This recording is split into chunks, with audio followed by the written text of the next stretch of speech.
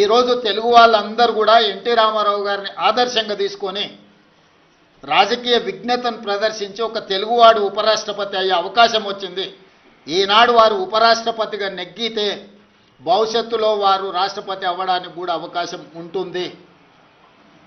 మళ్ళీ నీలం సంజీవరెడ్డి తర్వాత పివి నరసింహారావు గారి తర్వాత తెలుగు రాష్ట్రాల నుంచి ఒక గొప్ప అవకాశం మన అందరికీ గౌరవం దక్కే అవకాశం ఉంది.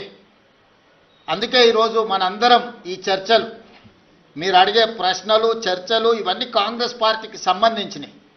కాబట్టి ఈరోజు వివాదాలకు సంబంధించిన ప్రశ్నల కంటే విజ్ఞతతో కూడుకున్న విధానంతో మనందరం ముందుకు వెళ్ళాలి. మనందరం కూడా విజ్ఞత ప్రదర్శించాలి. మనందరం ఏకమై ప్రజాస్వామ్యాన్ని కాపాడుకోవాలి. ఈరోజు రాజ్యాంగాన్ని పరిరక్షించాలి అంటే రాజ్యాంగ నిపుణుడు, న్యాయ కోవిదుడు ఉపరాష్ట్రపతిగా ఉంటే అందరికీ గౌరవంగా ఉంటుంది. ఈ దేశానికి అంతిమంగా మేలు జరుగుతుంది.